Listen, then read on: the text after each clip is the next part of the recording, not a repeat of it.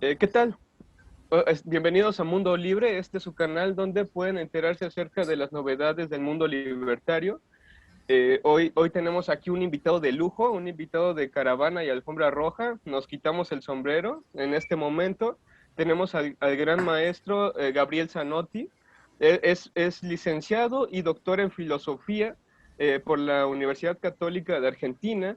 Es profesor de varias universidades de Argentina, entre ellas la Universidad Austral, autor de libros como Introducción a la Escuela Austriaca de Economía e Introducción a la Filosofía de Hayek.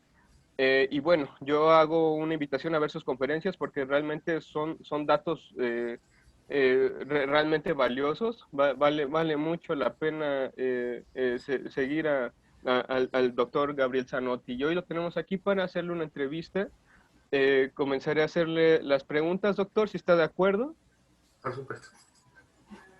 Ok, entonces tengo mi primer pregunta aquí, que es, ¿le parece que existe una fuerte relación entre filosofía y economía? Bien, bueno, ante todo, perdón, no estaba medio colgado, como dicen los porteños, me olvidé de agradecer la invitación, así que No, muy honrado por estar acá con ustedes. La relación entre filosofía y economía, yo diría, es tan fuerte que sencillamente si no hay fundamentos filosóficos no hay economía. Es por algo que caracteriza a la escuela austríaca de economía son los debates filosóficos acerca de los fundamentos de la acción humana, que es el fundamento de la economía. Así que en la escuela austríaca eso no es un problema. Es más, cuanta más filosofía, mejor. Eh, eso no quiere decir que nosotros desconozcamos los aportes de otras escuelas. Hay una gran relación entre escuela austríaca, public choice, law and economics, la escuela de Chicago. Todas son escuelas de pensamiento a las cuales Peter Beck, en su último gran libro, Living Economics, llama Good Economics. Pero, justamente, a veces en ciertas cuestiones técnicas, ellos tienen más que aportar que nosotros los austríacos. Pero en temas filosóficos, es ahí donde los austríacos los podemos ayudar. Sí. sí, claro, inclusive el socialismo tiene su propia filosofía, ¿no?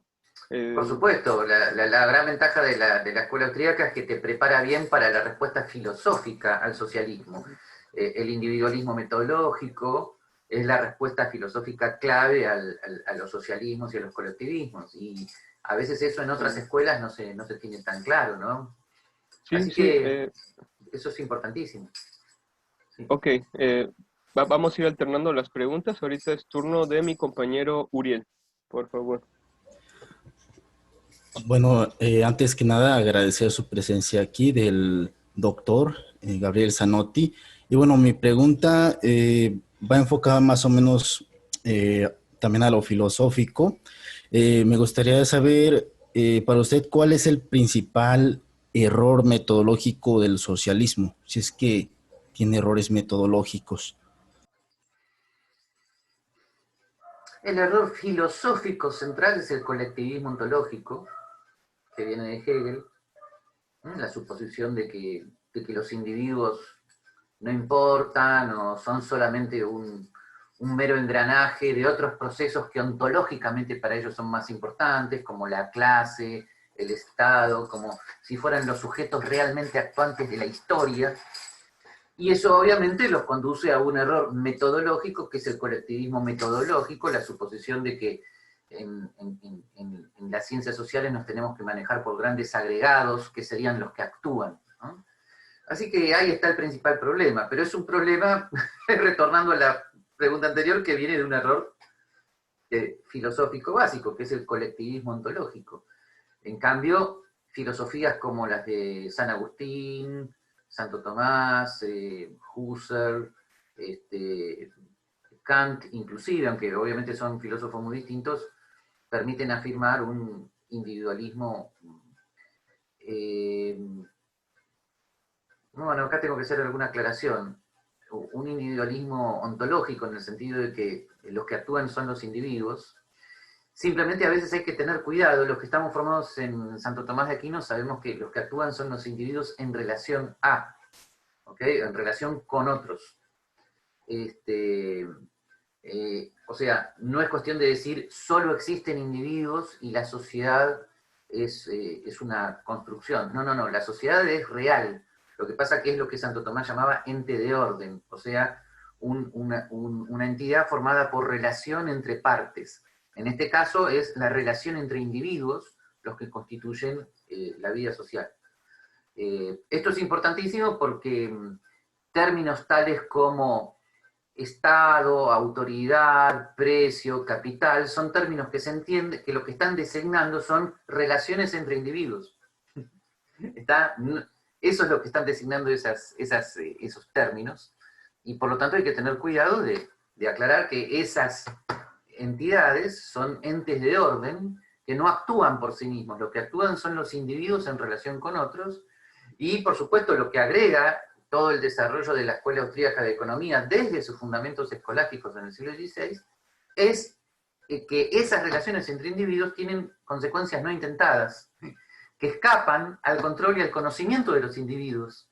Y uno de los grandes aportes, el gran aporte genial de los iluministas escoceses y luego todos los austríacos, es haber aclarado que las ciencias sociales consisten en el análisis de las consecuencias no intentadas de las acciones entre individuos. Tema que se le había escapado a la gran cantidad de filósofos sociales de todo Occidente.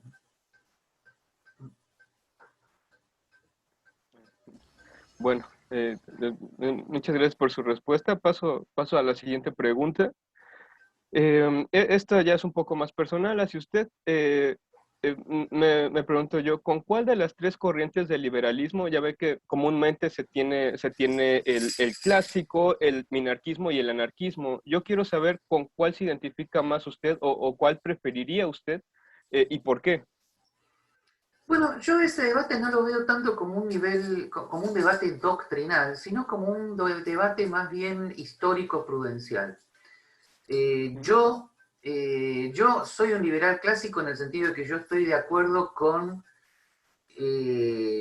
tres documentos fundacionales básicos, que son la Constitución norteamericana de 1787, el Bill of Rights de 1789 y por supuesto la Declaración de Independencia anterior de 1776, ¿no? Los anarcocapitalistas están de acuerdo con la Declaración de la Independencia, ¿no? Pero sostienen que fue un error absoluto, ¿no? Por no decir un pecado mortal, la sanción de la Constitución Federal de 1787. Yo no digo eso. Yo digo, fue una opción histórica. Los antifederalistas hicieron bien en advertir los problemas que podían venir. ¿Ok?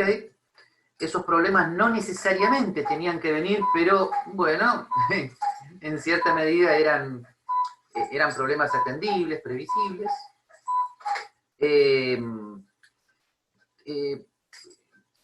Yo creo que el devenir de los acontecimientos históricos parece haberles dado la razón a los anarcocapitalistas, ¿no? Efectivamente, el Estados Unidos originario desapareció, se convirtió en un imperio estatista, ¿no? Sí, incluso... pero concluyo, pero históricamente, el asunto es ver el tema históricamente. Es imposible volver en este momento del Estado norteamericano actual a 1776. Entonces, por algo yo considero prudente la propuesta de Hayek en Derecho, Legislación y Libertad de volver al espíritu de la Constitución originaria de 1787, ¿no? O sea, de volver a un Estado liberal clásico, lo cual ya sería una maravilla hoy, eso ya sería revolucionario, ¿no? Mucha ganancia. Claro, a una humilde república aristocrática que fue el Estados Unidos originario, con el respeto a los derechos individuales. Eso ya sería revolucionario, y a partir de ahí, yo creo que estaríamos, si se pudiera volver a eso, estaríamos en condiciones de discutir si podemos dar un paso más adelante, si podemos otorgar el derecho a la secesión, si podemos ir a una confederación de estados independientes, con derecho a la secesión sucesivamente, bueno, pero yo creo que, por lo tanto, el debate entre anarcocapitalismo, liberalismo clásico, debería ser planteado como un tema de opciones históricas. Así Sí, que, claro, con base en lo real, digamos, en lo que se sí, puede hacer en el sí. momento. En este momento, volver a 1187 sería un milagro. Ahora, Sí. volver a 1776 no se puede, salvo que, y con esto sí estoy claramente en desacuerdo, salvo que propongas una vía violenta revolucionaria. Bueno, no, eso No, no. hoy en día es inconducente totalmente, eso no se puede, ni se debe, hay que tener cuidado con eso, ¿no? Entonces, por eso yo creo que estos debates, y concluyo con esto, por lo demás, desde el punto de vista teórico-doctrinal, esa supuesta diferencia absolutamente esencial que algunos plantean entre anarcocapitalismo y liberalismo clásico por el tema de los impuestos y la coacción de los impuestos, yo no sé si es tan absolutamente esencial. ¿Por qué? Supongamos que, supongamos que estamos en una situación donde eh, solamente hay, bueno, no sé cómo lo dicen ahí en México, en Argentina diríamos barrios privados, no sé cómo lo dicen en México, Sí, condominios privados, ¿no? condominio sería como que lo más correcto, Claro, un exacto. condominio privado, nada más, pero en ese condominio ya tenés bienes públicos, tenés una entrada, una calle de acceso, por lo tanto una mínima administración de bienes públicos hay. Y por lo tanto, el administrador del condominio, que sería un propietario más libremente elegido, que se ocupa del cuidado de ese bien público privado, que está financiado por los, no sé cómo dicen allí, por las expensas, por los emolumentos, lo que fuere, lo que tienen que pagar los propietarios privados para el bien público, bueno, tenés esa situación. Bueno, eso sería totalmente privado. Ahora, supongamos que tú compras una propiedad allí y pasa el tiempo, la hereda tu hijo, la hereda el hijo de tu hijo, y por lo tanto el hijo de tu hijo dentro de 80 años dicen, bueno, heredé esta propiedad de mi abuelo. Bien, ¿debo pagar las expensas? O sea, los impuestos. Eh, Y los bueno, copropietarios pueden llegar a decirte, y bueno, me parece que sí, porque heredaste las obligaciones. sí, Ahora, no, no solo el derecho. yo me pregunto, ¿qué diferencia hay entonces entre eso y un impuesto? Entonces alguien puede decir, bueno, pero ese impuesto es coactivo. No, no es coactivo. Si querés, andate. Bueno, entonces, cuidado, gente, no es tan fácil doctrinalmente diferenciar entre impuestos coactivos y pagos voluntarios. O sea, hay que tener cuidado, no volverse loco con diferenciaciones absolutas. Pero bueno, listo, esto es un Sí, debate, es muy opinable. Bueno, ¿no? sí, sí, claro. Bueno, gracias por su respuesta. La verdad no me esperaba una respuesta así, pero muchas gracias. Uriel.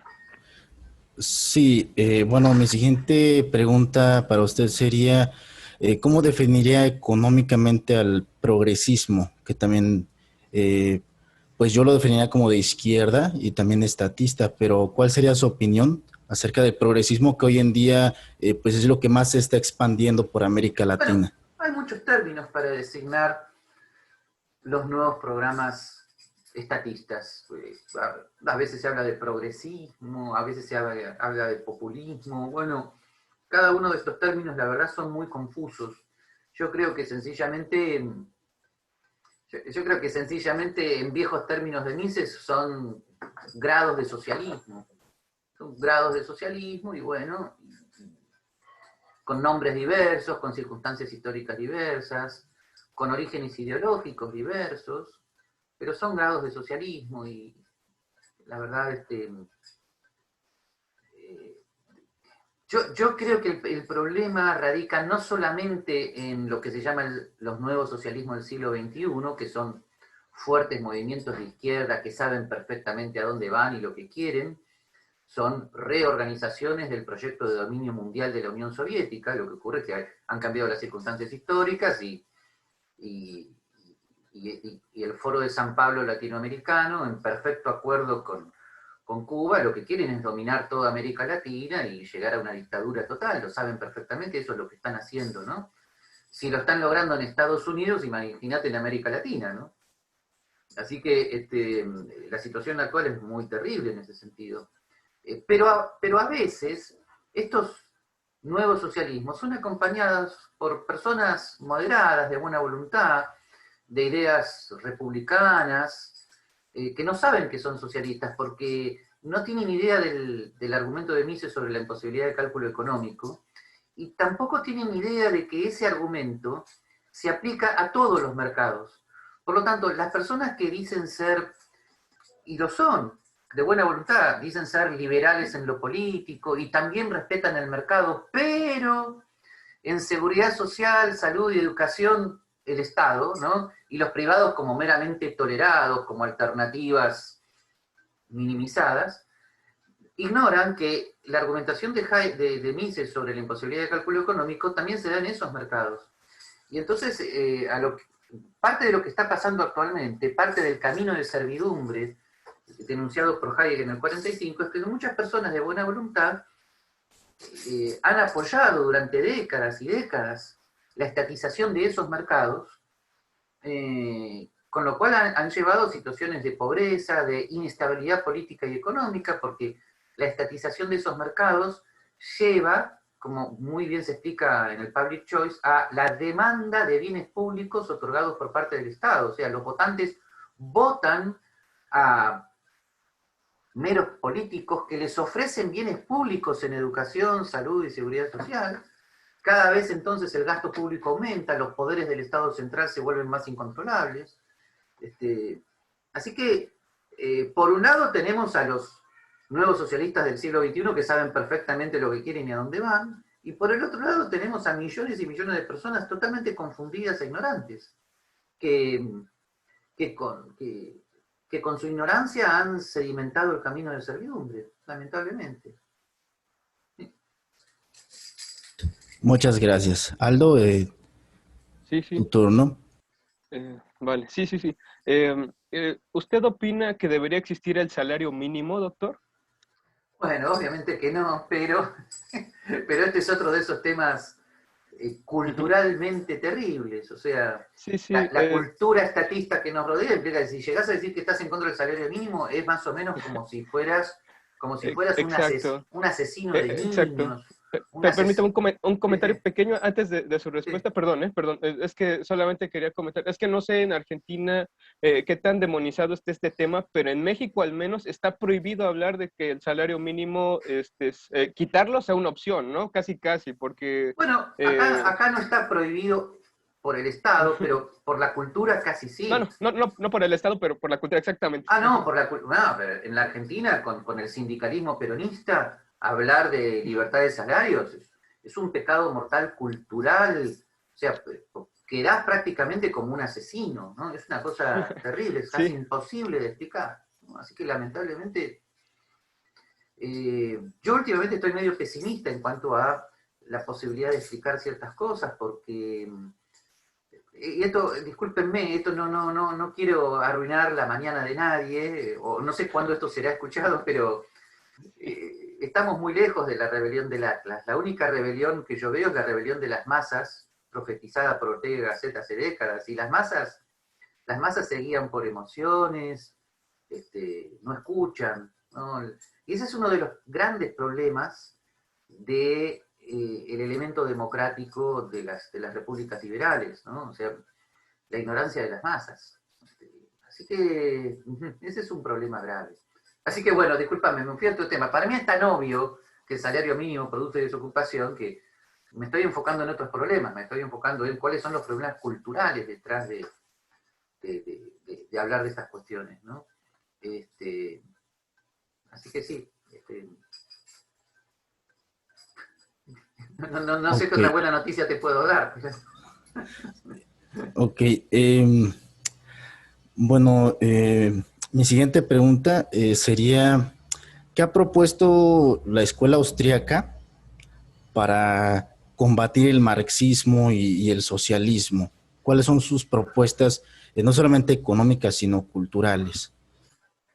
Bueno, no, en ese sentido, la escuela austríaca tiene que llamarse, tiene que hacer un acto de humildad. Algunos de sus miembros, como Hayek y Mises, son filósofos políticos también, pero es una escuela de economía. Propuestas culturales para el enfrentamiento de las ideas socialistas y marxistas escapan a su terreno, ¿no? Yo te diría que se podría llegar a diagnosticar en algunos economistas austríacos y también en los de Chicago, una tendencia institucionalista, o sea, una tendencia a decir, bueno, tenemos que reformar el set de instituciones y con eso todo bien. Por suerte, uno de los austríacos más importantes, que es Friedrich Hayek, es el que más ha advertido sobre el tema cultural. El tema cultural pesa mucho, no basta con reformar un set de instituciones, ni siquiera aunque hayas ganado una elección, si no hay un entendimiento cultural de lo que se está haciendo. Porque luego, décadas después, como pasó en Chile, la cultura estatista clama su venganza. ¿Okay? Alguien podría decir, bueno, pero Chile fue un gobierno militar, pero en Argentina también Menem intentó en su momento, aunque lo hizo mal, ciertas reformas del Estado y culturalmente nadie entendió nada. ¿Está? Entonces, así que eso a mí me preocupa mucho. O sea, acá una pequeña advertencia para los liberales clásicos. A los liberales les encanta repetir las críticas de Hayek al constructivismo, pero creen que estaban dirigidas solamente a los socialistas, pero también estaban dirigidas a lo que Hayek llama la versión racionalista de la Revolución Francesa, de lo que él llama el liberalismo francés. Y me parece que en Latinoamérica casi todos los liberales tenemos la tentación psicológica de ser constructivistas. ¿Por qué? Porque el imperio del socialismo es tal que soñamos con llegar al gobierno, barrer con todas las tradiciones culturales existentes e imponer una reforma del Estado liberal sin mayores preocupaciones culturales. Esa tentación la tenemos. La tenemos y la hemos sufrido, de hecho. Yo no voy a acusar a nadie en este momento, pero en la Argentina de 1976, cuando subió el general Videla, todo el debate de los liberales era quién era el ministro de Economía. Con la esperanza de que si hubiera un ministro de Economía más liberal, entonces ya está, listo. Pero no había ninguna preocupación por el tema cultural. Ahora, por supuesto, ese gobierno militar, aparte de los problemas de la lucha contra el terrorismo, desde el punto de vista político y económico, fue tan estatista como el peronismo. Pero si no lo hubiera sido, tal vez hubiéramos tenido una experiencia similar a la chilena. ¿Y qué pasaba décadas después? ¿No? Entonces, yo creo que el tema cultural tiene que ser fuertemente estudiado por los liberales clásicos. Hay que estudiar mucho, sobre todo psicólogos, que claro que no son estudiados por nuestra tradición. Psicólogos como Fromm, como Viktor Frankl, Freud, que tienen severas advertencias con respecto a la alienación de las masas. Y otro que no es un psicólogo y que es un liberal, pero por algo era un liberal aristocrático, medio pesimista, que es Ortega y Gasset. El libro La rebelión de las masas tendría que ser un libro de cabecera de todo liberal clásico, porque ese libro es una advertencia cultural de lo que sucede con las masas. Pero no lo estudiamos. Así que, perdonen que lo diga en tono de broma, pero cuando yo digo, gente, la rebelión del Atlas está lejos, la que siempre está presente es la rebelión de las masas, es una advertencia a nuestro racionalismo. No va a suceder esa rebelión, donde finalmente todos los productores se van a rebelar y entonces los de la mentalidad estatista se van a dar cuenta. No se van a dar cuenta de nada, gente. No se van a dar cuenta de nada. No. El peso de las tradiciones. Gente, en la Argentina, en general, las personas más humildes tienen la foto de Evita Perón al lado de la Virgen María. ¿Qué haces con eso? Eso es un tema muy... Y esa es la gente que tiene un voto cautivo absoluto. Esa gente, cuando va a votar, dice, ¿quién es el candidato peronista? Le podés poner a Idi Amin Dada como candidato, le podés poner a Hitler como candidato, lo van a votar. Lo van a votar. Hay gente que ni siquiera sabe quién fue Hitler. No, ni siquiera lo sabe. Lo único que sabe es su foto de Eva Perón al lado de la Virgen María, quién es el candidato peronista, y lo votan. ¿Qué haces con esa circunstancia cultural? A ver, No, sí, sí, que alguien me claro. conteste, ¿qué haces? Ahora, lo No, primero nada. que yo advierto es, por favor, ténganlo en cuenta. Porque cuando viene la famosa pregunta, a ver, tenemos que ver cómo difundir mejor las ideas, por más didáctico que sea, ¿vos te crees que tus ideas racionalmente explicadas le van a llegar a esas personas? Entonces, por lo menos No, no, no. tener en cuenta el problema. Por supuesto que muchos me van a decir, Gabriel, dame vos la solución. No, no, no, la única solución que te estoy dando es, por favor, visualizar el problema. Si no lo tenés visualizado, nunca lo vas a poder solucionar. Sí, claro, solo para reforzar un poquito lo que usted estaba diciendo sobre que se enfocaban más en quién estaba en el gobierno que la cultura, pues lo mismo pasó aquí con Porfirio Díaz. Porfirio Díaz defendía todavía la última constitución liberal en México, la de 1857, y justamente por no enfocarse en la cultura, por tratar de traer todo lo bonito, por tratar de hacer las cosas buenas, pero por su cuenta, olvidándose de enfocarse un poquito en las masas, justamente por eso lo sacan y nos meten en la Constitución Socialista de 1917, ¿no? Entonces, tiene toda la razón. De nada sirve que llegue el poder liberal si la cultura Además, no se trabaja. observen Sí, que la experiencia histórica argentina parece ser, aunque miren, tengo que ser coherente, la historia no prueba nada, ¿no? Pero sí, puede llegar a ser una advertencia. La experiencia histórica argentina parece ser una corroboración de esto. O sea, esa famosa leyenda de que hubo una Argentina liberal y de repente, de golpe, como si nos hubiera caído una maldición encima, vino Juan Domingo Perón, eso es una explicación muy simplista. No hubo una Argentina liberal. Hubo una constitución liberal de 1853, eh, pero que fue entendida y aceptada dentro de la política caudillista del país, con sus tradiciones más estatistas. Hubo un código civil que más o menos impuso cierto respeto al derecho de propiedad y a los contratos, pero tuvo que ser un código civil estatista, no fue el common law británico, ¿no? Y por lo tanto yo te diría que en 1880 hasta 1920, 30, hubo algo de libre comercio internacional, el Estado mucho no intervenía, pero era un Estado que codificaba, que mandaba todo, que en el tema educativo no había la más mínima libertad. El gobierno argentino, ese llamado liberal, era un gobierno iluminista, constructivista. ¿Ok? Bien. Eh, con, contra otra tradición estatista anterior que estaba siempre en contra. Y bastó que pasaran algunas décadas para que ese problema cultural emergiera de nuevo, eh, al principio con el golpe de Estado de 1930, que eran prácticamente nazis, no eliminaron la Corte Suprema de Justicia de casualidad, todavía no veo explicación histórica por qué no derrumbaron físicamente el edificio de la Corte Suprema, así eran, ¿no? La Corte Suprema, no sé si de casualidad o no, a los 6 meses convalidó el golpe de Estado. La política de los años 30 fue totalmente estatista desde todo punto de vista, el énfasis sobre el Banco Central, la Junta Nacional de Granos, todo el estatismo. Y luego de ahí surge Juan Domingo Perón, ¿no? Entonces, ¿qué quieren que les sí, diga? sí, sí, claro. Sí, Hay que tener sí, mucho sí, sí. cuidado, hay que tener mucho cuidado. Sí, aquí en México pues llegó un presidente que, que claramente se nota que no está bien de sus facultades mentales, pero justamente mucho tiene que ver la cultura del país. Perdón, Uriel, y voy yo en la pregunta, ¿vas tú? Perdón, es que cuando me salí ya no supe, ¿vas tú? Es tu turno, Aldo. Ah, es mi turno, ok, Sí. perfecto.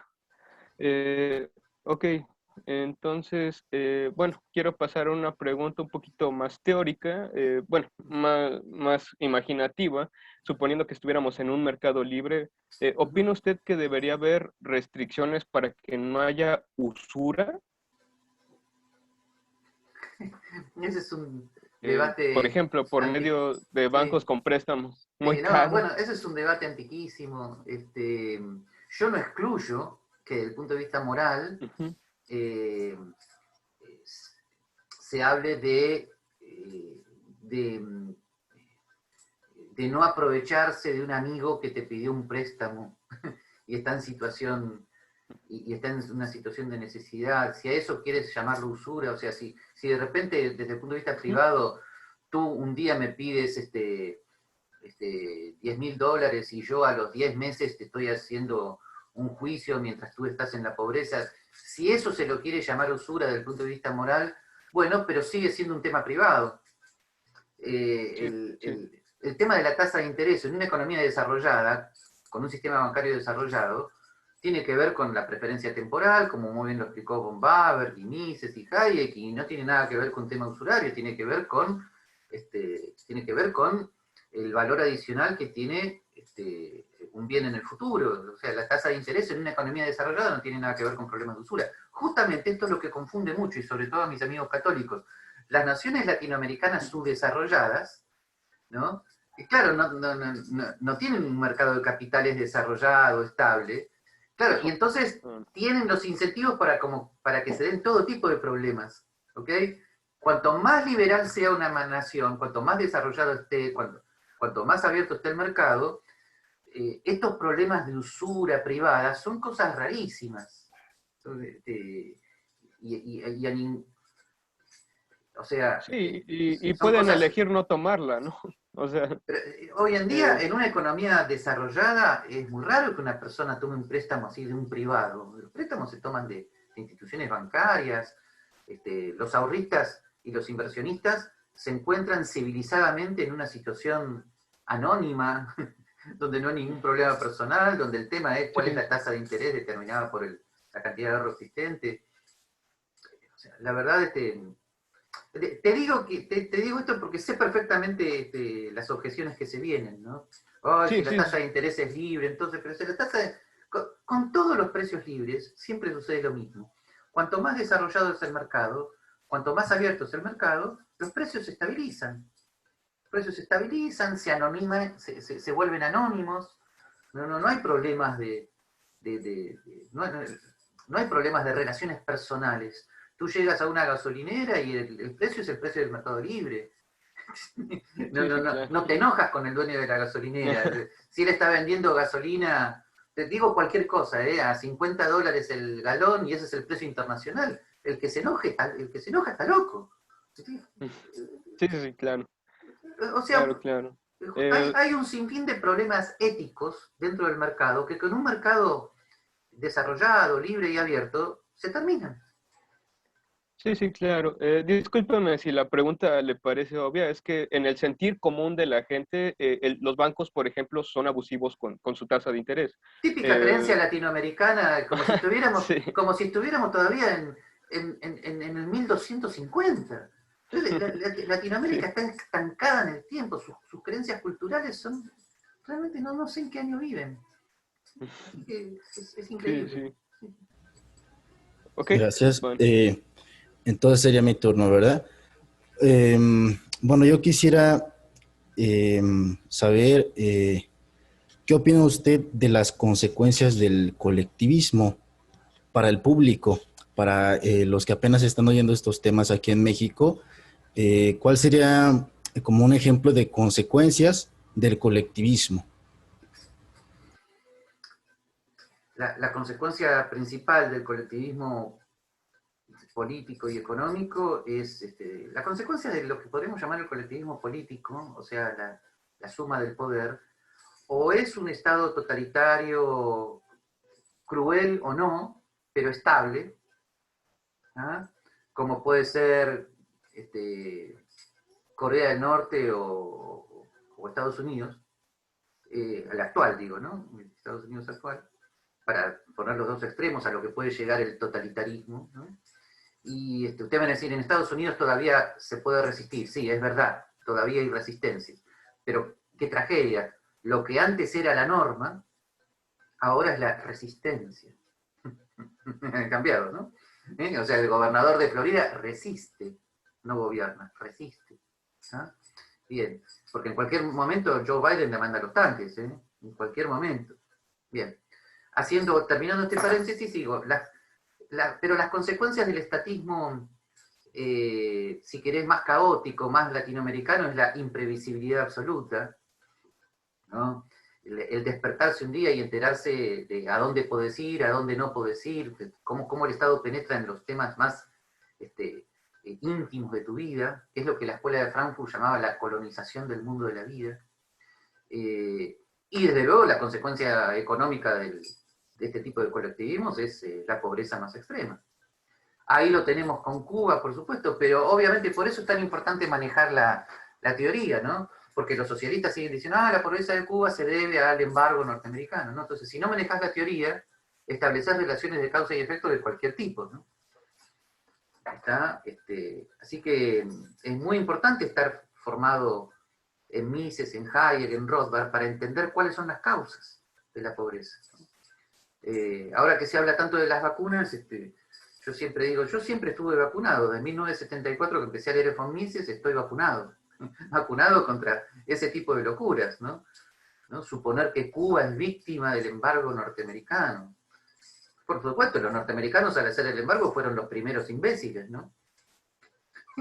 Pero eso no quiere decir que la pobreza de Cuba sea consecuencia del embargo.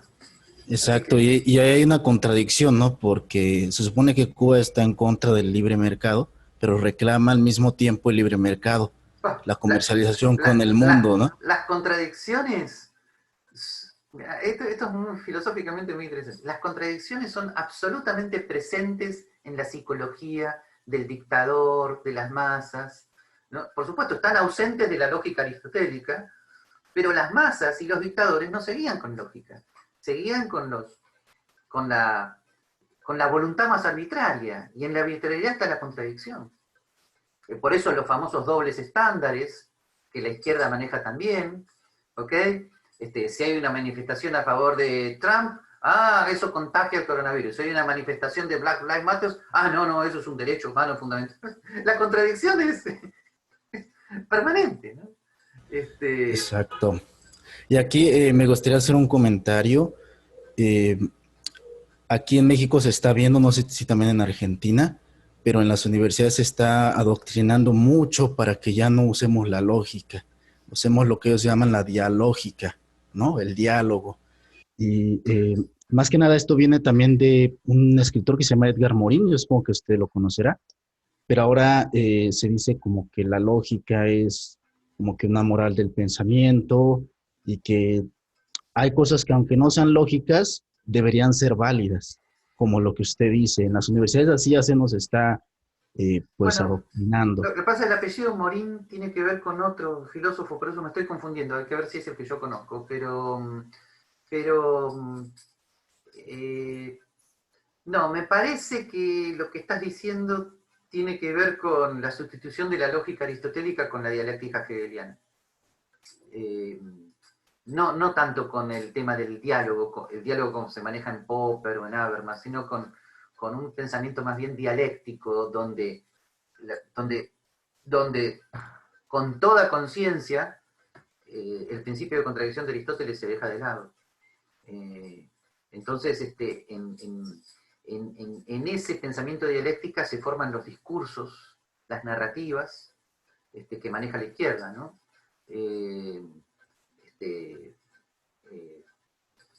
Por lo tanto, lo que tú llamarías contradicción o doble estándar, desde tu punto de vista, ellos lo llaman la lógica burguesa, retornan a lo habitual. Esos son tus concepciones del mundo como explotador. Si un explotado se está defendiendo, exacto, no se está contradiciendo, se está defendiendo. Entonces, no, son viejas renovaciones del polilogismo marxista, como decía Ludwig von Mises, ¿no? Por eso la formación clásica en filosofía siempre se la ve peligrosa. Una persona que esté muy bien formada en Aristóteles, en San Agustín, en Santo Tomás, es peligrosa para esta gente.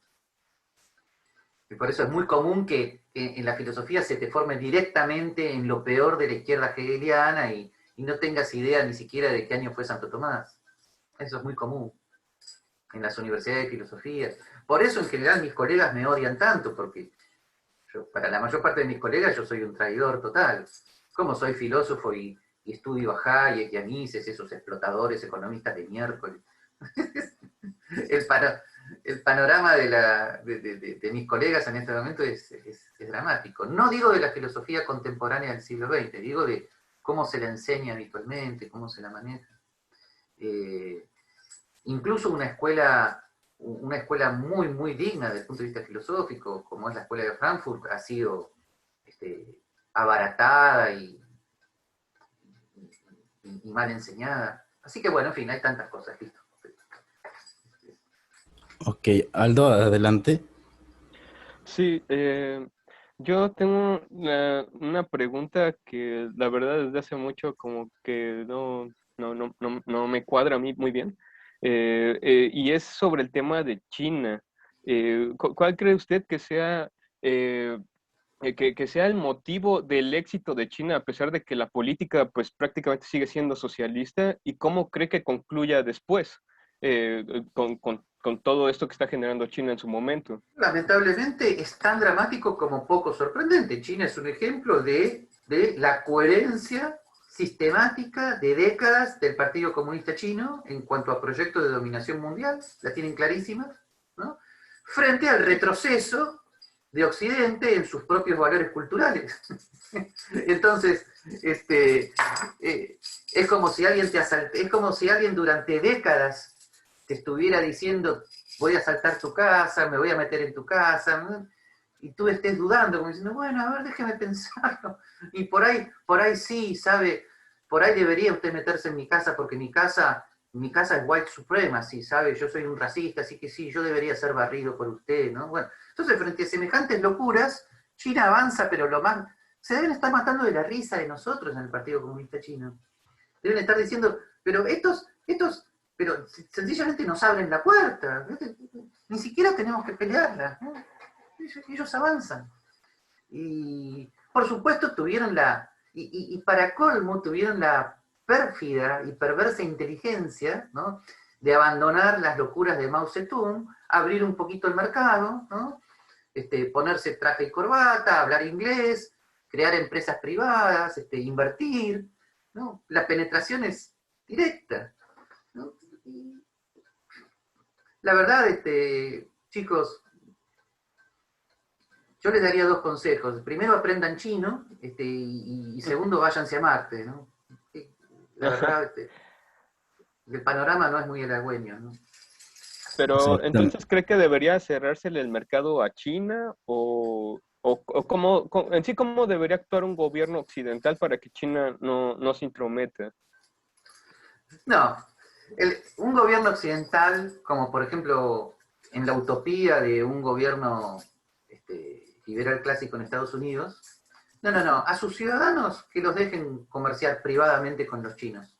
El gobierno, tiene que cortar relaciones diplomáticas con China, condenarlo todos los días en las Naciones Unidas, denunciarlo todos los días, absolutamente, cortar todo tipo de relaciones, el gobierno, comerciales, diplomáticas, ¿no? En ese sentido, sí, eliminar toda relación con China. Ahora, a los privados, Okay. que hagan lo que quieran, en total, sí, excepto que finalmente algo llegue a hacer un delito en tu propio territorio, ¿no? ¿Okay? O sea, Sí, si tú claro. tienes una finca y en la finca se instala una, un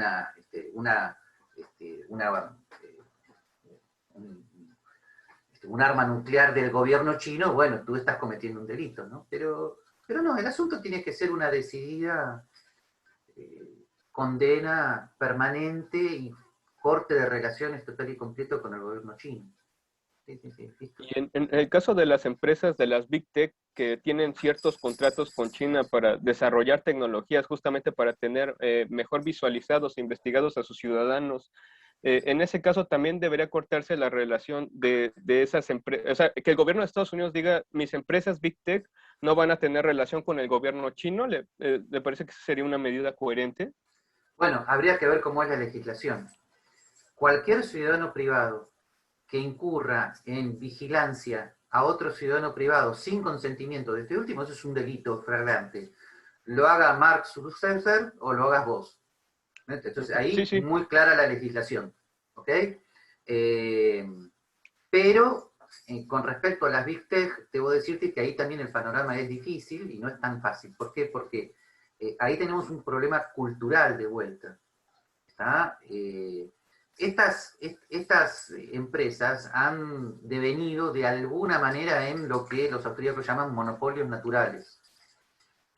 Bueno, si estuviéramos en los 80, si la situación cultural de Estados Unidos fuera la de los 80, donde eran todos conservadores, con Reagan, con el casco puesto contra los soviéticos, y China en el patio trasero, y si hubiera habido en esa época estos monopolios naturales, no hubiera habido mayores problemas, porque hay ciertas cosas que tenían relativo consenso en la opinión pública norteamericana. Como ese consenso básico se ha perdido, como el pacto político originario básico de los Estados Unidos se ha perdido, entonces si uno de estos monopolios naturales, y que habría que ver si son naturales, si reciben alguna ayuda del gobierno también habría que cortar. Cuando alguno de estos monopolios naturales dicen, bueno, en mi plataforma no van a entrar los perversos white supremacists, entonces claro, de repente todos descubrimos cuál es el problema de un monopolio natural con una circunstancia cultural totalmente diferente de la que habíamos previsto. Entonces... Claro, inclusive... Sí, entonces, de esto hay poca solución actual. Yo creo que hay que moverse inteligentemente creando otras plataformas, y mientras tanto, si alguna de estas plataformas comete algún delito contra la vida, libertad, propiedad, intimidad de algún ciudadano, bien, ahí tenerlo claro. Pero mientras tanto, el problema de vuelta ahí es el problema cultural, ¿no? Ahora, vuelvo a decirte, sí. Si tú descubres que una de estas empresas está vigilando a algún ciudadano por medio de una práctica introducida por el gobierno chino, bueno, eso es un delito, hay que perseguirlo, pero quiere decir, ¿quién denuncia ese delito? ¿Qué juez se va a atrever a seguir la causa? Sí, porque inclusive Mark Zuckerberg estaba siendo juzgado por mandar ciertos datos privados, ¿no? Que no debía, pero pues no le hicieron nada. El asunto está delicado, y por eso, aunque no sea lo ideal, a veces dependemos de... Claro, aunque no sea lo ideal, ¿no? Esto explica que la desesperación produzca una alianza con grandes vaqueros conservadores como Trump, ¿no? Que por lo menos tienen claro que China no. ¿Quién es el enemigo? Claro. Sí. Pero claro, no es el ideal. A mí siempre me dicen, mejor dicho, yo siempre digo, gente, si yo tuviera que votar entre Ron Paul y Trump, lo voto a Ron Paul. Pero el proyecto de Ron Paul presidente se acabó en el 2012 y bueno, listo. Problema, pero eso es fruto de los norteamericanos. Son ellos los que no votaron a Ron Paul, son ellos los que no lo apoyaron. ¿Listo? Exactamente. Sí, y Estados Unidos en términos culturales se supone que es liberal, ¿no? Pero de todas formas le gusta No, votar por la izquierda. está desapareciendo. ¿Cómo puede subsistir un Estados Unidos cultural con la mayor parte de sus intelectuales convencidos de que la Constitución es racista? No puede subsistir culturalmente un proyecto así. No puede subsistir. Eso Trump lo tiene claro. Claro en contra, ¿no? Pero... Sí. No, culturalmente está en grave peligro. Y además voy a decir algo todavía mucho más loco, ¿no? Van a decir que estoy exagerando. Los norteamericanos están ingenuos, todo el tiempo preocupados por el Partido Comunista. El Partido Comunista en este momento es el Partido Demócrata, gente, y lo tienen en el poder. A ver si despiertan. Exactamente. Y no despiertan. Creen que todavía viven en el Estados Unidos de 1950. El Partido Comunista está en el poder y no despiertan. Y creen que si lo decís estás loco.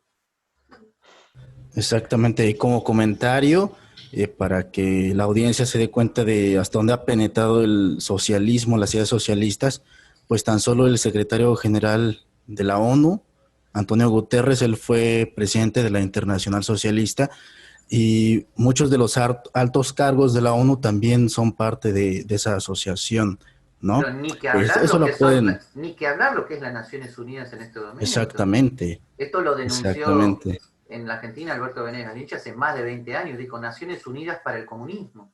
Lo dijo claramente, no, las Naciones Unidas. Pero este problema fue muy bien previsto por von Mises en 1927. en 1927 ya, no es que predijo lo que iba a pasar ahora, pero se dio cuenta del problema. Dijo, ¿de qué sirve tener una sociedad de las naciones cuando esas naciones son todas intervencionistas y nacionalistas y estatistas? Eso está condenado al fracaso, lo dijo bien claro. Y luego, después de la Segunda Guerra, bueno, al principio las Naciones Unidas y la Declaración de los Derechos Humanos parecía como que querían de alguna manera mantener el espíritu de haber vencido a los nazis y a los fascistas y los derechos de las personas. Bueno, pero gente, pero eso también estaba mal parido desde el principio. Las Naciones Unidas con la Unión Soviética ahí, ¿qué destino podían tener? Y ya está, Exactamente, eso no iba a funcionar. Y en este momento son solamente centros de difusión, financiamiento y adoctrinamiento de todo el marxismo internacional. No es nada más que eso. exactamente. También, pues, comentar que los derechos humanos se están convirtiendo en derechos sociales, pero Oh, que en eso realidad son derechos socialistas, hace ¿no? décadas, hace Exactamente, décadas. la gente sigue creyendo tal vez que son derechos como los derechos individuales, pero no, se están perdiendo y se están Eh, convirtiendo en derechos sociales, que en realidad son derechos socialistas, ¿no? eh, Bueno, yo tenía otra pregunta eh, para ir cerrando.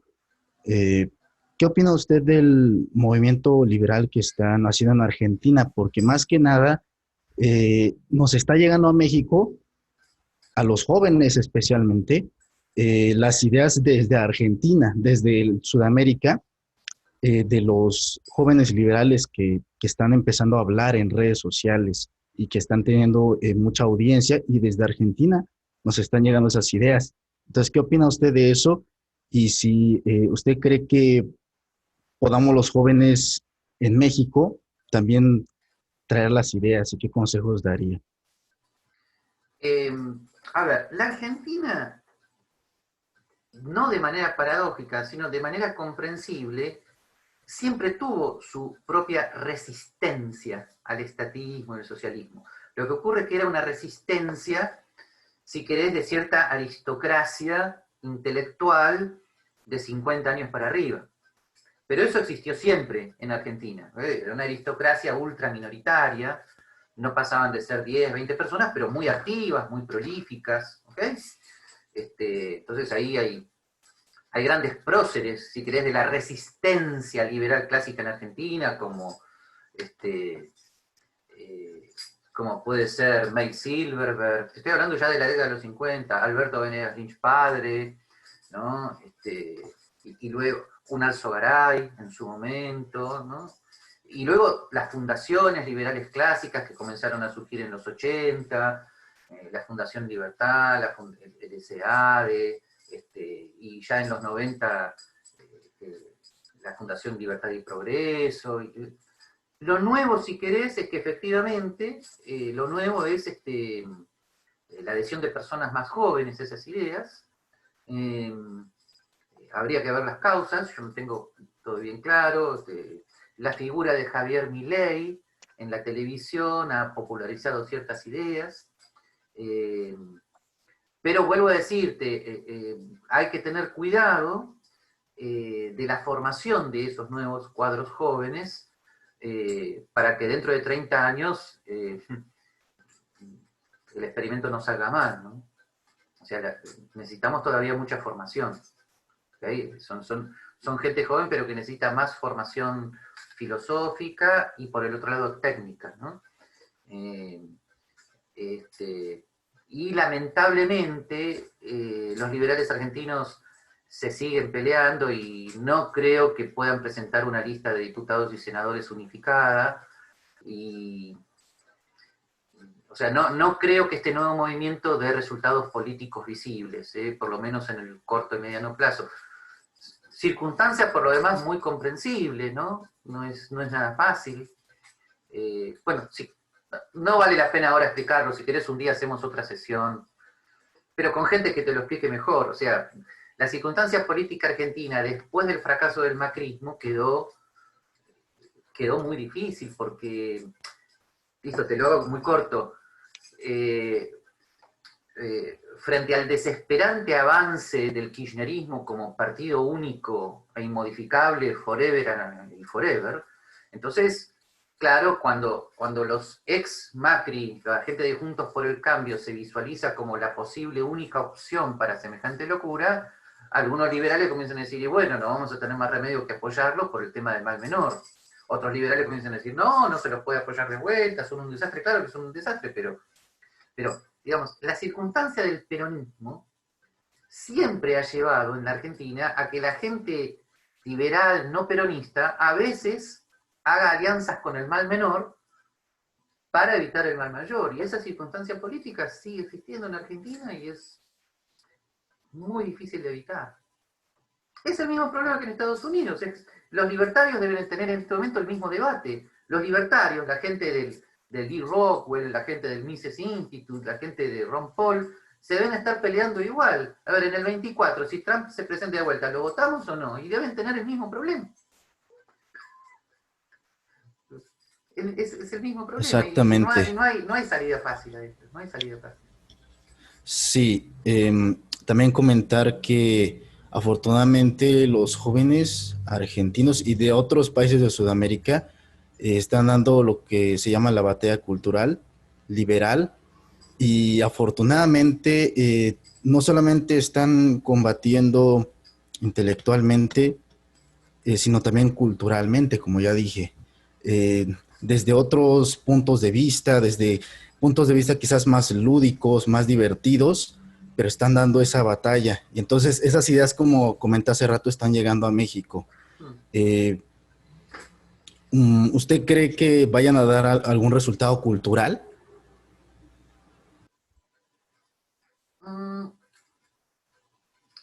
Tengo que ser humilde y contestarte, la verdad no sé. En las circunstancias actuales, la verdad no sé.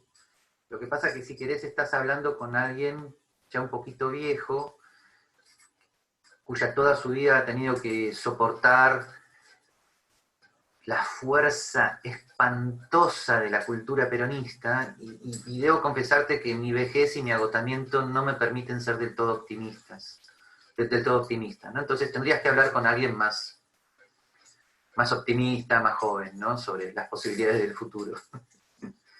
Ok, Sí. muchas gracias. Aldo, si te dejo la última pregunta para cerrar.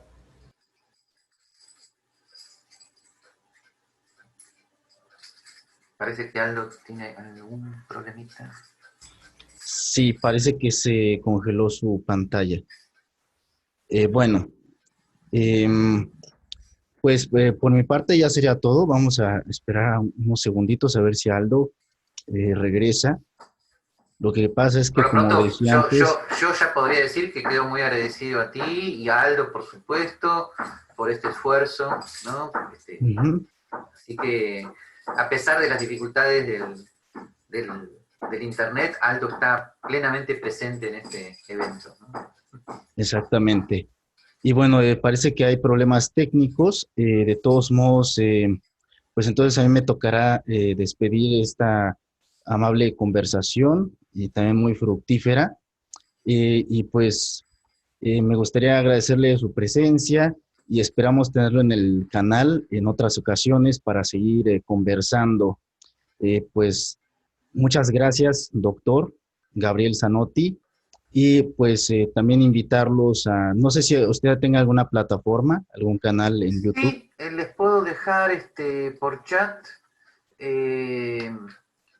les puedo dejar no, en mi página mi blog, que es Zanotti Ok, blog, blogspot.com, si no lo escribí mal, ahí perfecto. está. Tengo un canal de YouTube, pero no lo estoy usando demasiado para difusión permanente de ideas liberales. No, yo lo que más uso es el blog, ¿no? Ah, Eh, perfecto.